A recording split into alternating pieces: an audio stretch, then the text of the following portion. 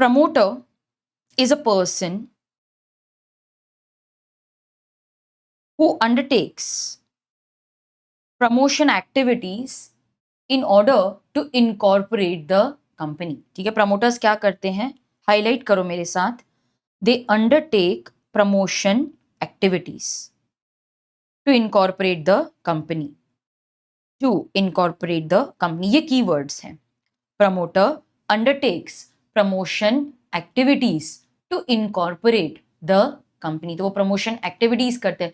Promotion activities मतलब कि company को इनकॉर्पोरेट करना. ठीक है, बेसिकली प्रमोटर्स क्या करते हैं ना, वो डिसीजंस लेते हैं कंपनी को इनकॉर्पोरेट करने के लिए. फिर जब कंपनी इनकॉर्पोरेट हो जाती है तो उसके बाद डायरेक्टर्स, मैनेजर्स, ये लोग जनरली सारी डिसीजंस लेते हैं. प्रमोटर ऐसा जरूरी नहीं है कि वो मैनेजमेंट में भी पार्ट ले.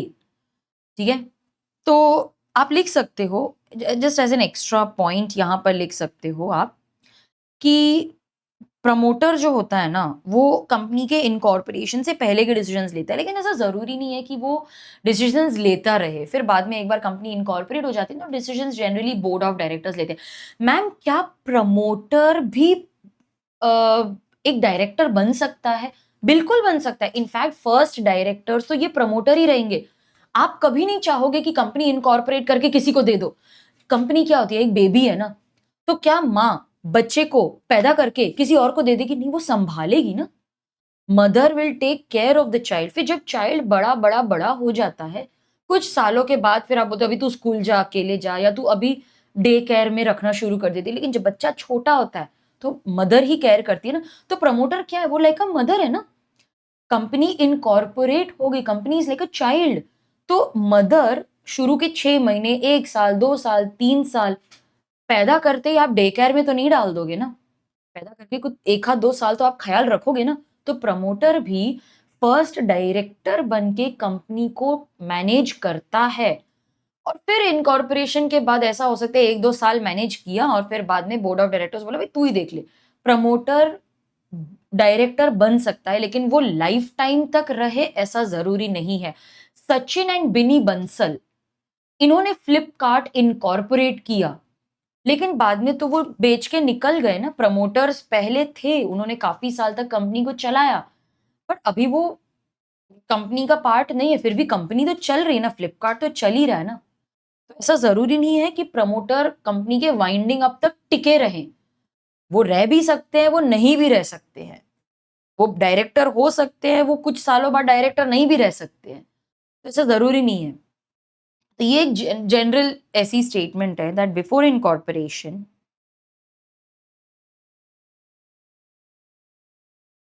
Of company,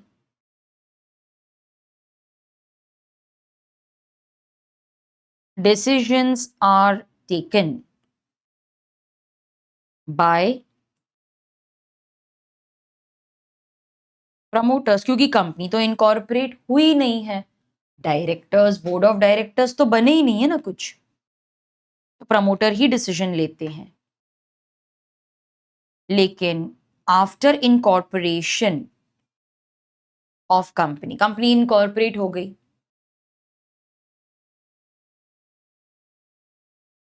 decisions are taken by, कौन लेता है डिसीजन? डायरेक्टर्स लेते हैं. क्योंकि डायरेक्टर्स का तो काम ही होता है रूटीन मैनेजमेंट करना. ठीक है, तो ये जो है डायरेक्टर्स, वो रूटीन मैनेजमेंट डिसीजंस लेते हैं. और जो मेंबर्स होते हैं ना, वो स्ट्रैटेजिक डिसीजंस लेते हैं. कि इंपॉर्टेंट जो होते हैं ना, तो हम मीटिंग बुलाते हैं मेंबर्स की, तो वो स्ट्रैटेजिक डिसीजंस लेते हैं.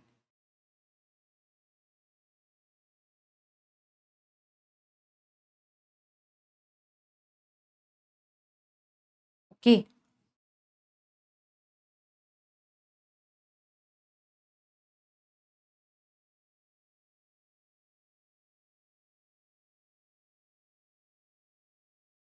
प्रमोटर्स मे और may not be directors of the company. ऐसा जरूरी नहीं कि वो डायरेक्ट, बट जनरली वो फर्स्ट डायरेक्टर्स तो होते ही हैं.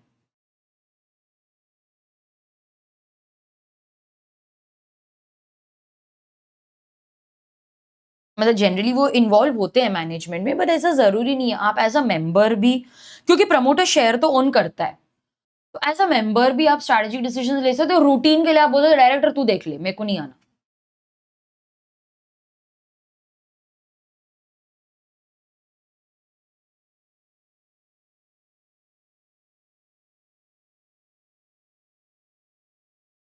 लिख लो ये।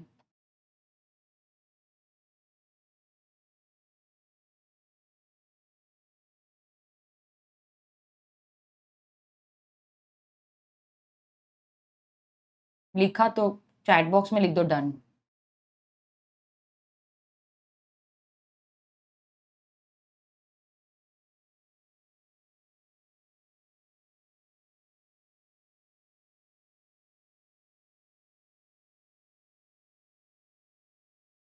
हो गया ना?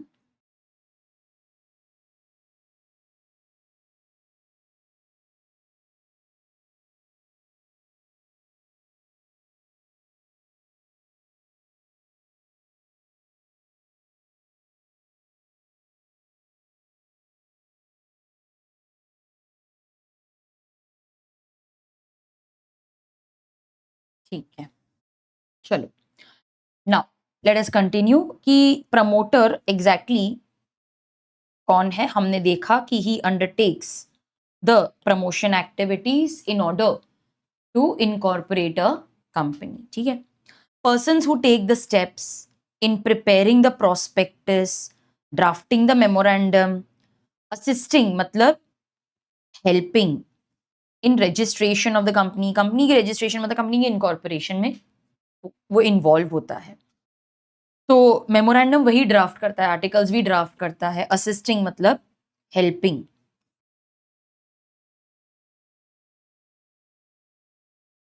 इन registration that person is regarded as a promoter.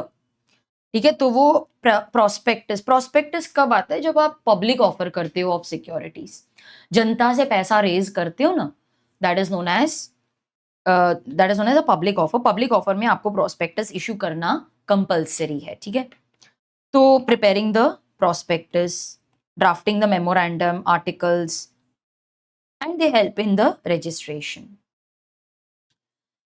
अब अगर आपको एग्जाम में ये क्वेश्चन आता है, they are not expecting you to write the general meaning of promoter, वो general meaning नहीं मांग रहे, उनको specific definition चाहिए।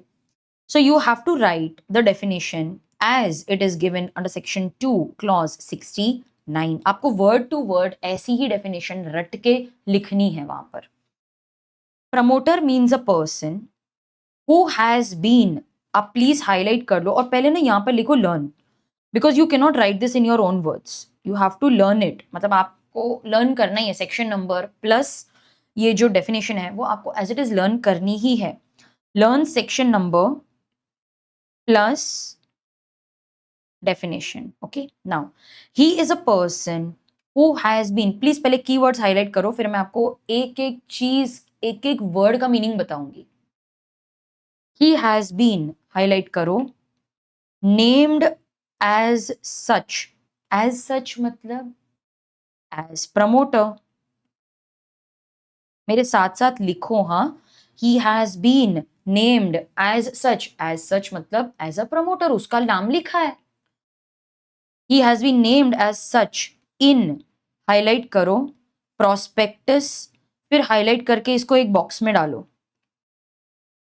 मतलब क्या होता है इसका मैम, बताती हूँ ना, रुको ना। और ही is identified by the company in the annual return, annual return को बॉक्स में डालो। मैं एक्सप्लेन करूंगी, पहले कीवर्ड्स हाईलाइट कर लो। एनुअल रिटर्न की यहां पे लिखो सेक्शन 92। ठीक है, फॉर्म लिखो MGT 7। एनुअल रिटर्न के फॉर्म MGT 7 में उसका नाम लिखा है, प्रमोटर के कॉलम में इसका नाम लिखा है, तो वो प्रमोटर है ना। नाम लिखा है प्रमोटर की जगह, ये नाम लिखा है, तो आप प्रमोटर हो ना। He is identified as a promoter. अच्छा ma'am, promoter means a person लिखा है यहां पर, मतलब ये कोई भी हो सकता है ना, नेचुरल पर्सन, आर्टिफिशियल पर्सन, कोई भी हो सकता है ना। हाँ बिल्कुल, पर्सन वर्ड लिखा है ना, ये देखो ऊपर प्रमोटर, ये देखो सेक्शन 2 क्लॉज 69 के यहाँ पे क्या लिखा है, promoter means a person, person लिखा है ना, उसको बॉक्स में डालो और लिखो ये पर्सन कौन हो सकता है, नेचुरल हो सकता है।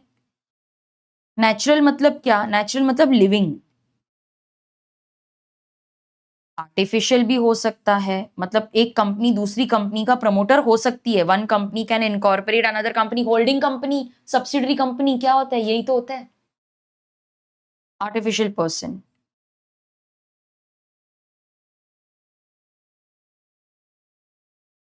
ठीक है, तो पर्सन लिखा है ना, मतलब वो लिविंग भी हो सकता है, आर्टिफिशियल भी हो सकता है।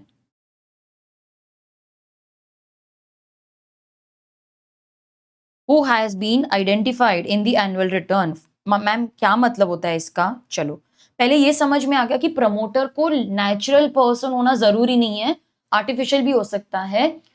Holding company is the promoter of subsidiary company, क्योंकि होल्डिंग कंपनी सब्सिडरी को फॉर्म करती है, तो आर्टिफिशियल भी हो सकता है। अब प्रमोटर कौन होता है, प्रोस्पेक्टस में उसका नाम लिखा है, ये प्रमोटर है, वो प्रमोटर है।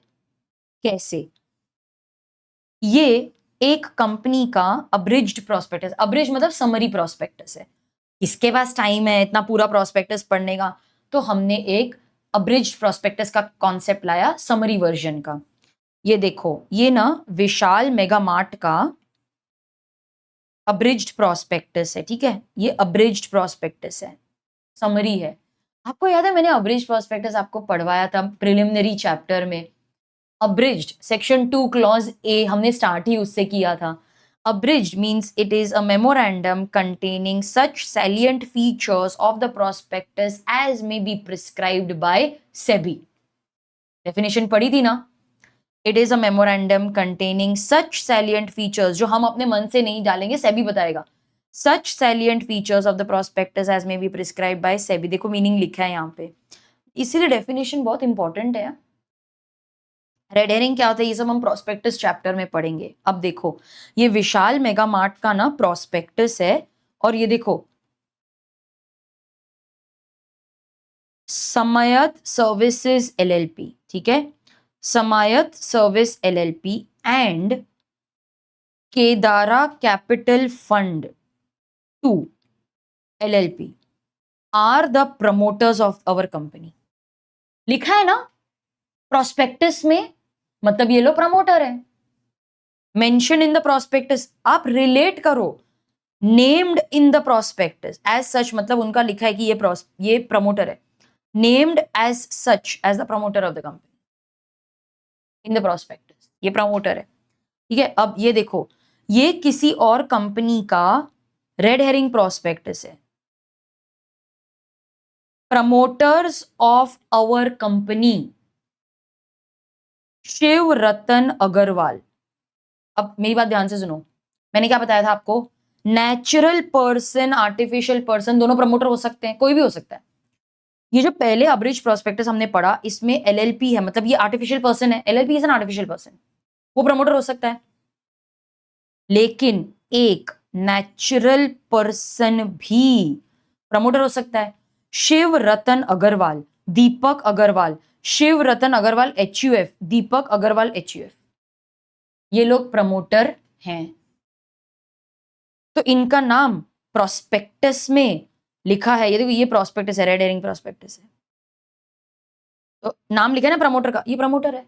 Named in the prospectus, person named as such in the prospectus, वो प्रमोटर है, देख लिया आपने। So he has been named in the prospectus or who is identified by the company in the annual return, ये मैं आपको बाद में दिखाऊंगी, MGT 7 अभी नहीं है मेरे पास में, I will show it to you, form है, अभी मैंने ओपन नहीं करके रखा है। He is identified in the annual return, जैसे यहाँ पर प्रोस्पेक्टस में इसको नाम लिखा था, वैसे वहां पे आइडेंटिफाई किया हुआ है उसको, वो प्रमोटर है, वो प्रमोटर है, ठीक है, ये लिख दिया। अब he has control over the affairs of the company, control word use किया है, कंट्रोल वर्ड को कहां डिफाइन किया था हमने, कौन सा सेक्शन है याद है आपको,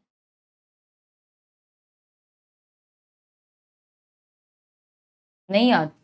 अरे देखो ना प्रिलिमिनरी चैप्टर में सेक्शन 2 क्लॉज 27। अब एक काम करो मेरे लिए, एक काम करो, ठीक है? वीडियो पॉज करके नोटबुक में लिखो, ठीक है? वीडियो पॉज करके नोटबुक में लिखो, as per section 2 clause 69 of the companies act, promoter means a person who, ये डेफिनेशन का ए पार्ट लिखो, बी लिखो, फिर रुक जाओ, ठीक है? क्या लिखोगे नोटबुक में? ये लिखोगे, ये लिखोगे, ये लिखोगे और फिर रुक जाओ, ठीक है? मुझे जगह चाहिए फिर। ये लिखो ले, फिर रुक जाओ, फिर कंटिन्यू करो, ठीक है? और जो ऑनलाइन जो लाइव देख रहे हैं, ये लिखो, ये लिखो, ये लिखो, फिर रुक जाओ। चलो लिखो अभी। Right this. मैं आपको क्यों लिखवा रही हूँ? क्योंकि मुझे आपको इंटरप्रिटेशन देनी है, टेक्स्ट बुक में वो लिखने की जगह नहीं है, बहुत कुछ लिखना है हमें, तो नोटबुक में लिखो। नोटबुक का कौन सा पेज है आपका?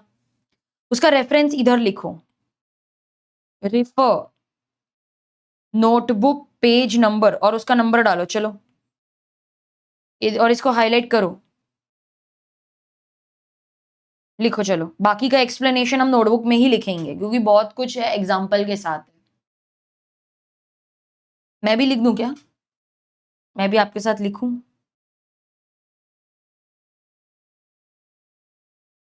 मुझे बहुत बोर हो रहा है वैसे वो लिखने को।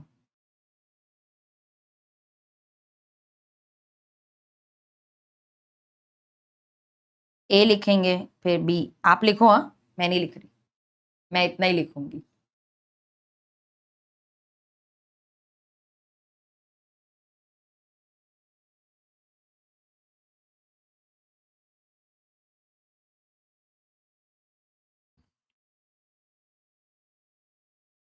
इतना लिखो फिर रुक जाओ, ठीक है? बी लिखो फिर रुक जाओ।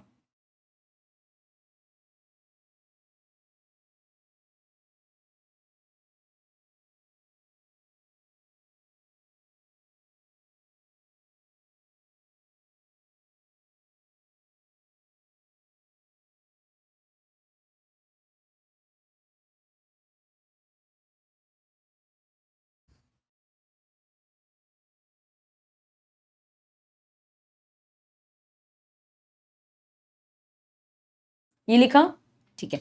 अब हम हर एक वर्ड का इंटरप्रिटेशन, एग्जाम्पल, ये सब लिखेंगे, ठीक है? इसीलिए मैंने आपको लिखवाया है। अब सुनो मेरी बात। अब कंट्रोल वर्ड को अंडरलाइन करो, ऐसे एरो बनाओ और लिखो। अब हम कंट्रोल को डिस्कस करेंगे, ठीक है? ही हैज कंट्रोल, मतलब प्रमोटर कौन होता है? उसका कंपनी के अफेयर्स पे कंट्रोल होता है। कंट्रोल लिखो, मेरे साथ ही लिखो। कंट्रोल कहां डिफाइन किया है? As defined under section 2 clause 27। Yes. अच्छा, अब हमने क्या पढ़ा था कंट्रोल की डेफिनेशन में? क्या लिखा था? He has the right to appoint. Appoint कर सकते हो, जिसके पास अपॉइंटमेंट की राइट होती है उसी के पास रिमूवल की भी राइट होती है। ये अंडरस्टूड है? He has the right to appoint और रिमूव मेजॉरिटी डायरेक्टर्स। जो अपॉइंट करता है वो रिमूव भी कर सकता है, मेजॉरिटी डायरेक्टर्स। और ही कैन कंट्रोल, यही होता है ना कंट्रोल का meaning, right to appoint majority directors. आप अपॉइंट कर सकते हो, रिमूव कर सकते हो, ऑल और majority directors. Okay, he has control over management और पॉलिसी डिसीजंस। यही पढ़ा था ना हमने? लिखो, साथ में लिखते हैं। तो प्रमोटर एक ऐसा पर्सन है जिसके पास कंट्रोल है over the affairs of the company. अब इसको आप हाईलाइट कर लो, control over the affairs of the company,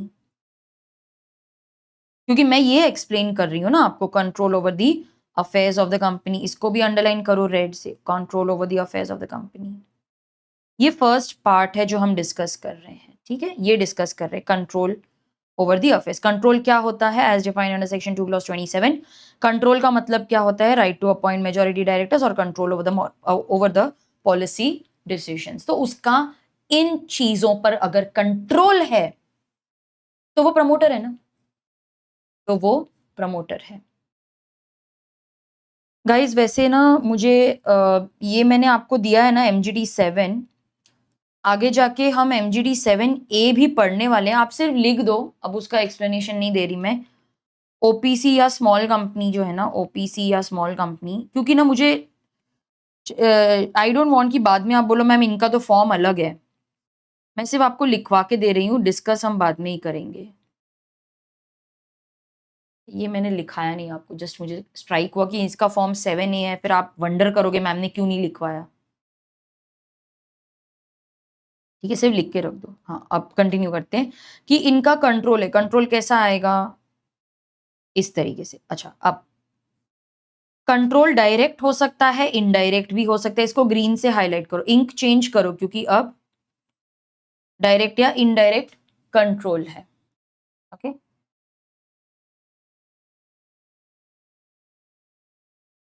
इसको ब्रैकेट में डालो फिर, या अब इसको लिखो, ऐसे एरो बना के लिखो। ठीक है, कंट्रोल को मैंने पहले एक्सप्लेन किया, अब मैं एक्सप्लेन कर रही हूं। ये जो कंट्रोल है ये डायरेक्ट भी हो सकता है, इनडायरेक्ट भी हो सकता है। अब लिखो यहां पर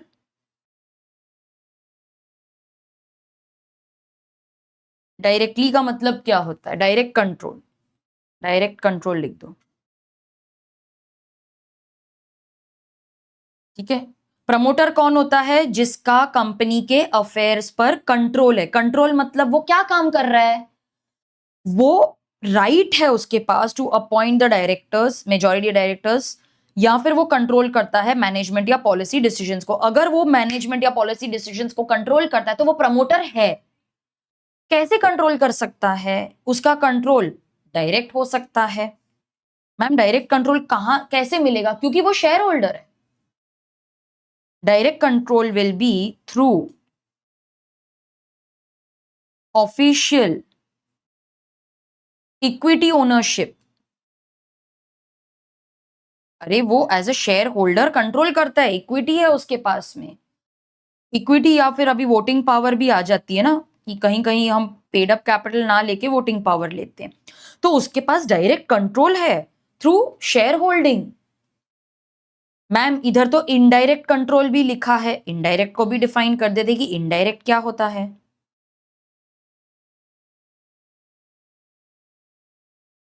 इनडायरेक्ट कंट्रोल क्या होता है, he has control through holding companies. मैं होल्डिंग कंपनी हूं, तो ये सब्सिडरी है, ये S1 है, तो हम इनडायरेक्टली इसको कंट्रोल करते हैं कि नहीं, वो भी तो कंट्रोल होता है ना। कोई ट्रस्ट की अरेंजमेंट्स हो सकती है,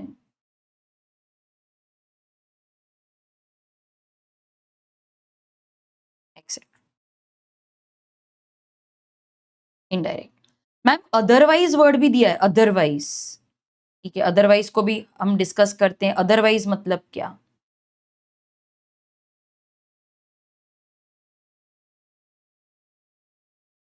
अदरवाइज मतलब अनरिटन कंट्रोल्स, कहीं लिखे नहीं है, बस वो करते आ रहे हैं, ऐसी अंडरस्टैंडिंग है, कहीं लिखा नहीं है, बस वो कंट्रोल कर ही रहे हैं, इनसे पूछे हम आगे ही नहीं बढ़ते, ये अनरिटन है। ठीक है, तो मतलब ही has control over the over the affairs of the company. ये बी पॉइंट था, इसका मैंने आपको एक्सप्लेनेशन दे दिया। ठीक है, जस्ट चेक करो आपने सब लिखा है ना बराबर से। ये बी पॉइंट का एक्सप्लेनेशन है। हम इतना डिटेल में आपने किया है, मतलब ये आएगा क्या एग्जाम में, मुझे नहीं पता, मुझे नहीं पता वो क्या एग्जाम्पल फ्रेम करते हैं। आपको आइडेंटिफाई करने आना चाहिए कि डायरेक्ट इनडायरेक्ट कंट्रोल क्या होता है। मुझे क्या पता कि वो क्या एग्जाम्पल देने वाला है। मैम कैसा फ्रेम होगा, क्वेश्चन कैसा फ्रेम होगा, क्वेश्चन भी बता देती हूँ आपको कि मैम अगर वो लोग ये फ्रेमिंग करेंगे डायरेक्ट या इनडायरेक्ट कंट्रोल पे तो फ्रेमिंग कैसे होगी, क्या वो लोग क्वेश्चन बना सकते हैं इस पे, तो कर लेते हैं। चलो क्वेश्चन भी लिख लो। किरण जो है ना, मेरे साथ ही लिखो। मेरे को लगता है न्यू पेज पे लिखूंगी तो बेटर रहेगा। आप भी देख लो जरा, मैं न्यू पेज ले रही हूँ। अगर आपको एग्जाम में क्वेश्चन आया तो इस तरीके से फ्रेम किया जा सकता है। किरण जो है ना, किरण नहीं रही, किरण, किरण जो है, Kiran holds 10% of equity shares of beta limited. मैं थोड़ा फास्ट जा रही हूँ, मेरे साथ साथ स्पीड मैच करके लिखो। अगर मैं लिख सकती हूँ तो आप भी लिख सकते हो। प्राइवेट कंपनी ले लेते हैं।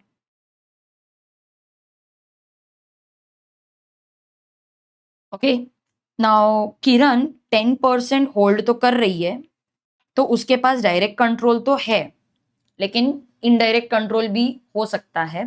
या फिर कंट्रोल मतलब मैनेजमेंट कंट्रोल कैसा है, आप लिख सकते हो कि वो शेयर होल्डर तो है, but Kiran is neither the director nor employee of the company. ना तो वो डायरेक्टर है ना एम्प्लॉई है, वो शेयर होल्डर तो है। As a share holder she has entered into a binding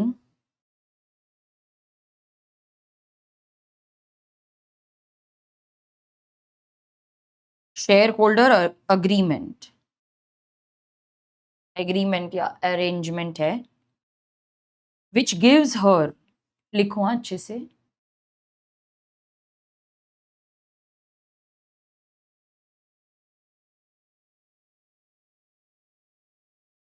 the right to nominate, nominate लिखो या अपॉइंट लिख दो। नॉमिनेट लिखते हैं, अपॉइंट तो वो नहीं कर सकती ना, अपॉइंट तो वो नहीं करेगी। नॉमिनेट वर्ड लिख लेते हैं। Right to nominate 4 out of 5 directors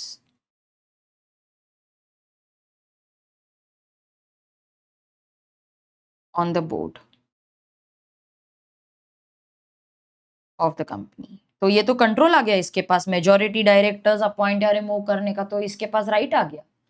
she is exercising control, yes, she is exercising control. Indirect लिख सकते हो, इनडायरेक्ट कंट्रोल है ना। शी इज एक्सरसाइजिंग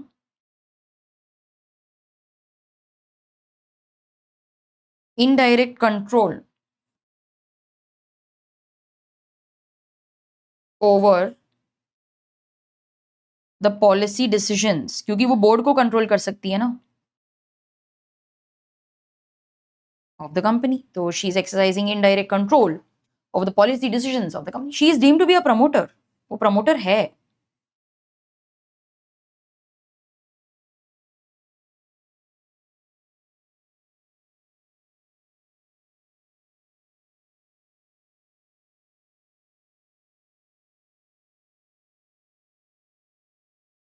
ये एक एग्जाम्पल, ऐसे कुछ फ्रेमिंग हो सकती है। ठीक है, तो अगर आप पूछोगे कि मैम क्या फ्रेम करेंगे, कैसे बताएंगे, मतलब क्या करेंगे वो लोग, इस तरीके से कुछ फ्रेमिंग कर सकते हैं।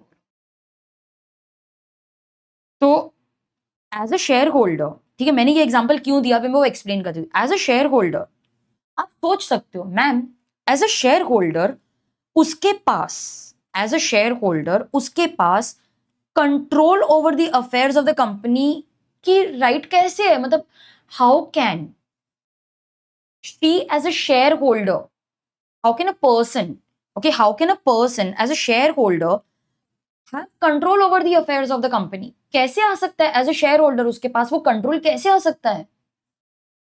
इस तरीके से आ सकता है, as a share holder she has the right to nominate 4 out of 5 directors over the on the board of the company. इस तरीके से हमने उसको कंट्रोल दिया है। तो अगर आपका सवाल है कि ma'am as a share holder उसके पास कंट्रोल ओवर द अफेयर्स कैसे होगा, इस तरीके से होगा। ये एग्जाम्पल क्वेश्चन फॉर्म में आ सकता है, ठीक है। ये लिखा ना आपने, okay.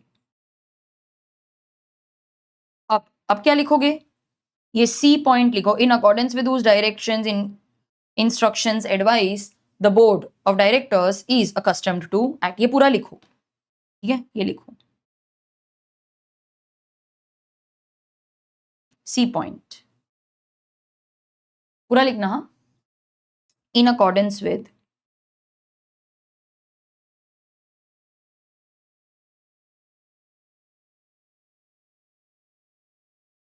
whose advice, directions or instructions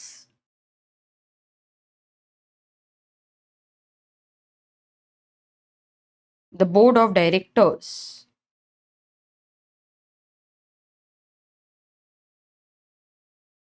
is accustomed to act. These are like shadow controllers. These are like shadow controllers.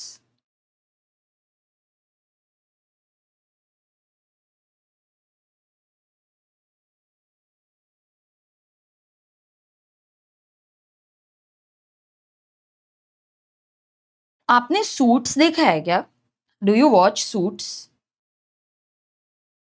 नहीं देखा है? मैंने तो सारे सीजन्स देखे हैं। आपको डोना का कैरेक्टर पता है? अगर आपने सूट्स देखा है तो ही आपको ये समझेगा। डोना का कैरेक्टर पता है क्या आपको? हार्वी स्पेक्टर है, उसकी सेक्रेटरी है डोना। डोना actually guides him, tells him what decisions he should take। कहीं अटक जाता है तो उसकी हेल्प करती है। हार्वी स्पेक्टर, अगर आपने नोटिस किया होगा, डोना से बिना पूछे कोई मेजर काम नहीं करता, मतलब he runs it pass for, मतलब वो उसके साथ एक बार डिस्कशन तो करता है, ठीक है, या वो अंदाजा लगा लेती है या उसको डांटती है, या वो एक बार तो उससे ये बात करता ही करता है। सो जब जब लास्ट सीजन आता है ना, तो डोना बोलती है यार मैं इनडायरेक्टली कब से ये फर्म चला रही हूं ना। सही बात है, वो एक, अच्छा मैं आपको बैकग्राउंड देती हूँ, वो एक लॉ फर्म होती है जिसमें हार्वी स्पेक्टर एक लॉयर है, फिर वो बाद में मैनेजिंग डायरेक्टर भी बन जाता है, मैनेजिंग पार्टनर। एंड डोना बोलती है कि यार मैं कितना टाइम तेरा सेक्रेटरी बन के काम करूंगी ना, मैं प्रैक्टिकली ये फर्म चला रही हूं इतने सालों से, अब मुझे मेरा हक चाहिए। I want a seat on the board, I want to be a part of the decision making, क्योंकि इनडायरेक्टली तो मैं कर ही रही हूं, और वो सही बात है। डोना का कैरेक्टर याद है ना, तो वो डोना जो है इनडायरेक्टली वो फर्म तो चला ही रही है। In accordance with whose advice directions instructions the board is accustomed to act, और ये एक बार नहीं है। अकस्टम्ड मतलब ऐसा नहीं है कि साल में एक बार या 2 साल में एक बार हमने उससे कुछ पूछ लिया, नहीं, ये सालों साल चलते ही आ रहा है।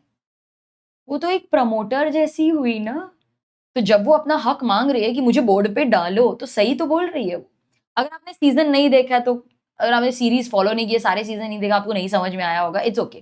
मैं आपको दूसरा एग्जांपल दे दूंगी, लेकिन जिन्होंने सारे सीजन्स देखे, अब आपको समझ में आ रहा होगा कि उसके एडवाइस डायरेक्शंस इंस्ट्रक्शंस से वो सालों सालों काम कर रहे थे, they are accustomed to act. अब ये जो अकस्टम्ड वर्ड है, इसका क्या मीनिंग है? बोर्ड इज अकस्टम मतलब उनको आदत है, ये एक हैबिचुअल ऑन गोइंग पैटर्न है, ये कोई वन ऑफ अ काइंड नहीं है, ऐसे ही चलता आ रहा है। ओके, तो अकस्टम्ड का मीनिंग लिखो, हैबिचुअल। हैबिचुअल मतलब हमको आदत है. It is an on going pattern. ये कुछ वन ऑफ अ काइंड नहीं है कि हाँ आज पूछ लिया. नहीं, ये देखो हर डिसीजन नहीं है, हर डिसीजन ये, but most of the decision ऐसे ही लिए हार्वी स्पेक्टर ने भी. It's an on going pattern rather than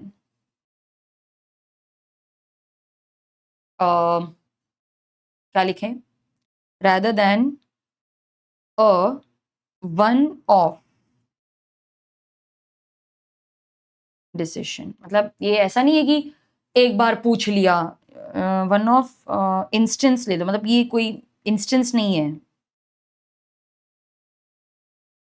decision तो हार्वी लेता है, लेकिन डोना पीछे से उसको actually you know like a puppet वो चला रही है. डिसीजन डोना का ही होता है, लेकिन हार्वी को लगता है मैंने लिया है, लेकिन सीड उसी ने डाला है, डिसीजन उसी ने लिया है. हार्वी को लगता है कि ये नहीं, ये तो मेरा मेरा डिसीजन है. तो ये डिसीजन तो वही ले रहा है, लेकिन करवा तो ये रही है ना. अच्छा. अच्छा, एक और मैं आपको ना केस लॉ के थ्रू समझा सकती हूँ. आपको याद है वो फाउंडेशन में आपने केस लॉ पढ़ा था, गिल्फर मोटर कंपनी वर्सेस हॉर्ने.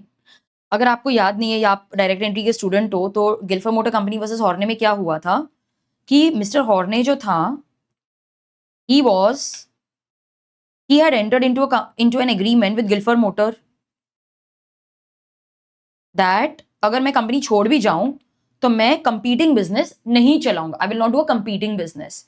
फिर वो जाके एक कंपीटिंग बिजनेस स्टार्ट कर देता है प्रोप्राइटरी में. ठीक है, मिस्टर एच वॉज फायर्ड. फिर वो एक कंपीटिंग बिजनेस स्टार्ट कर देता है. फिर उसको याद आता है, अरे मैंने तो गिल्फर मोटर कंपनी को प्रॉमिस किया था कि मैं ऐसा नहीं करूंगा, अगर मैंने ब्रीच कर दिया तो वो मेरे पे केस कर देगा. तो फटाफट वो क्या करता है ना, अपना एक कंपनी फॉर्म कर देता है with Mrs हॉर्ने and his friend mister Howard. याद है वो केस लॉ. तो फटाफट ये कंपनी इनकॉर्पोरेट कर देता है और बिजनेस इनको बेच देता है. अब ये कंपनी वो बिजनेस कंटिन्यू करती है और गिल्फर मोटर के प्राइसेस को अंडर कट करती है. मतलब अगर गिल्फर मोटर वो प्रोडक्ट 10,000 में बेचे तो ये 9,000 में बेचते हैं. फिर गिल्फर मोटर कंपनी को पता चल जाता है तो वो इस पे केस कर देते हैं. तो ये लोग क्या आर्ग्यू करते हैं कि तुम्हारा एग्रीमेंट तो मिस्टर एच के साथ था ना, मिस्टर हॉर्ने के साथ था, हमारे न्यू कंपनी के साथ तो ऐसा कोई एग्रीमेंट नहीं था that we will not undercut your prices. लेकिन फिर भी कॉर्पोरेट वे लिफ्ट होकर मिस्टर हॉर्ने को लायबल किया गया था. क्यों? क्योंकि इनडायरेक्टली तो तुम्हारा कंट्रोल है ना. ये बोर्ड तुमसे बिना पूछे तो कोई काम ही नहीं करता है. In accordance with whose advice, directions, instructions the board is accustomed to act. ये वन ऑफ अ काइंड नहीं है, उनको आदत है, तुम इंस्ट्रक्शन देते हो वो काम करते हैं. तो ये भी एक प्रमोटर ही है, ये इनडायरेक्टली कंपनी को चला रहा है, अंडर कटिंग कर रहा है, कॉर्पोरेट वेल लिफ्ट करके इसको भी लायबल किया था ना. ये भी तो एक प्रमोटर ही हुआ ना. यस और no. So in accordance with whose directions, instructions the board is accustomed to act. तो ये अकस्टम्ड का मीनिंग होता है कि ये आदत है, ये ऑनगोइंग पैटर्न है, ये कोई ऐसा वन ऑफ अ काइंड नहीं है कि भाई आज पूछ लिया तो कर लिया.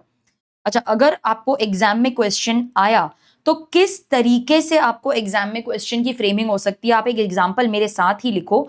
ये गिल्फर मोटर वाला अगर आपने नहीं लिखा तो भी चलेगा, लेकिन ये तो आपको अपने बुक में लिखना ही चाहिए. ये लिखा है आपने, ठीक है. मिस्टर रंजन जो है ना,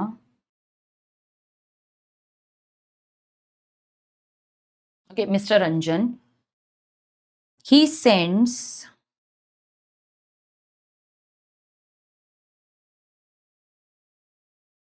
रिटन पॉइंटर्स, एक्शन पॉइंट्स बोलते हैं उसको. पॉइंटर्स मतलब वो एक्शन, कि देखो बोर्ड ऑफ डायरेक्टर्स तुमको ये काम करना है. So he sends written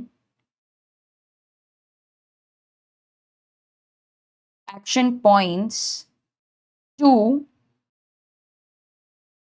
the board of directors of the company. ठीक है, वो बोर्ड ऑफ डायरेक्टर्स को देते हैं. बोर्ड ऑफ डायरेक्टर्स अपना दिमाग लगा ही नहीं रहे हैं. ठीक है, बोर्ड ऑफ डायरेक्टर्स क्या करते हैं, दे सिंपली एग्जीक्यूट, मतलब वो दिमाग ही नहीं लगाते. दे simply execute the points without any independent evaluation. They simply execute those points without any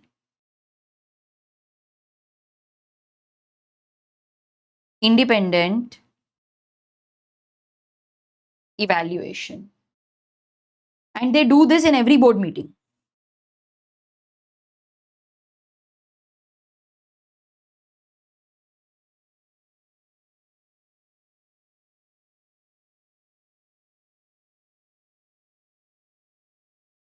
This person is a promoter.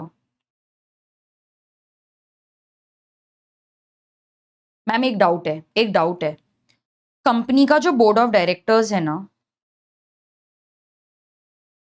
Company का जो बोर्ड ऑफ डायरेक्टर्स है वो एक चार्टर्ड अकाउंटेंट की फर्म है.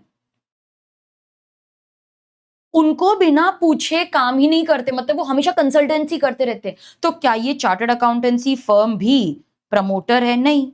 बट मैम यहां पर भी उनको आदत है, अकस्टम्ड है, वो बार बार इनसे बिना पूछे कुछ काम करते नहीं, मतलब वो कंसल्ट करते हैं, ये कर देना, ये डिसीजन ले लेना. लेकिन वो चार्टर्ड अकाउंटेंसी फर्म का तो ये काम है एडवाइस करना, वो थोड़ी ना प्रमोटर है, ये तो प्रोफेशनल कैपेसिटी में कर रहा है ना. So they are not a promoter. तो are they a promoter? No. Are they promoters? No. क्यों? क्योंकि वो तो प्रोफेशनल कैपेसिटी में हेल्प कर रहा है ना, वो प्रमोटर थोड़ी ना है. Not a promoter. ये जो सीए काम कर रहा है, ये जो एडवाइस दे रहा है, this is only in their professional capacity. ये तो सिर्फ उनकी प्रोफेशनल कैपेसिटी में वो काम कर रहा है ना, वो प्रमोटर थोड़ी ना है. नहीं, वो प्रमोटर नहीं है.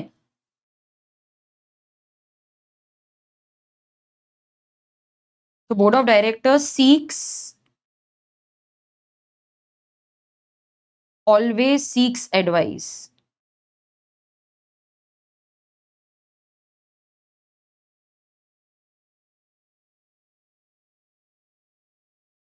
तो ये प्रमोटर नहीं, वो तो प्रोफेशनल कैपेसिटी में दे रहा है ना. ठीक है, लिखा.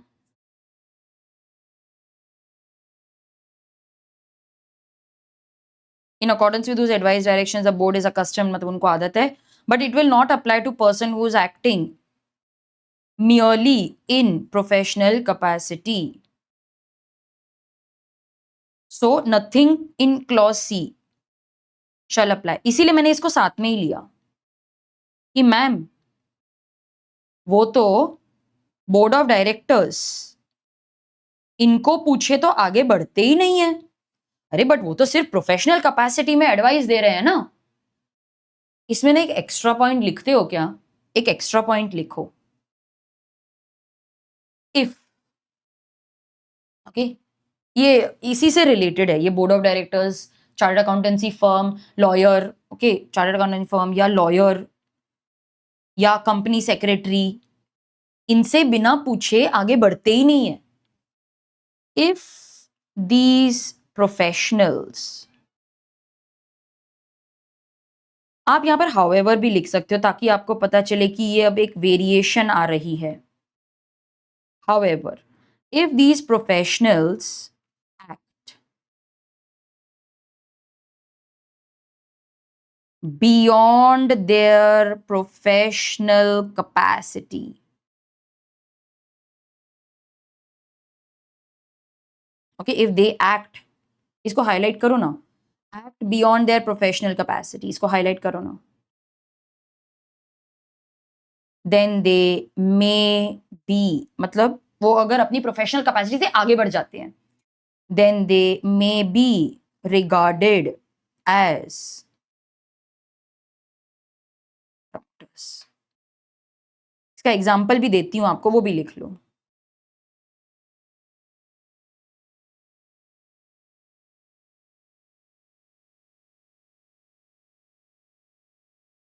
अब चार्टर्ड अकाउंटेंट का काम क्या है?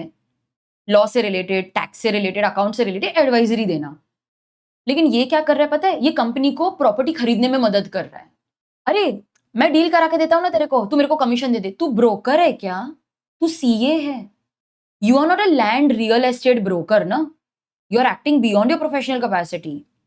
एग्जाम्पल, वो बाइंग लैंड में हेल्प कर रहा है, ब्रोकर बन रहा है वो।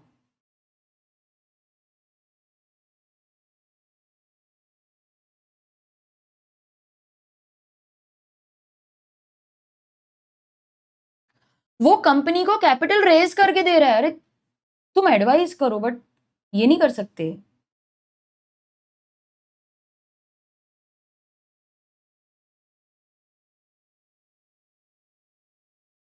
ही इज पूलिंग, मतलब वो अरेंजमेंट कर रहा है, pooling the initial equity capital.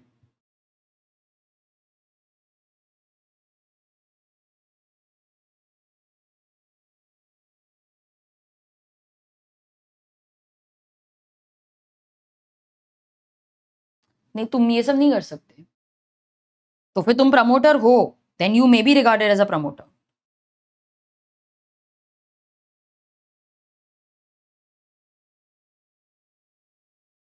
लिखा।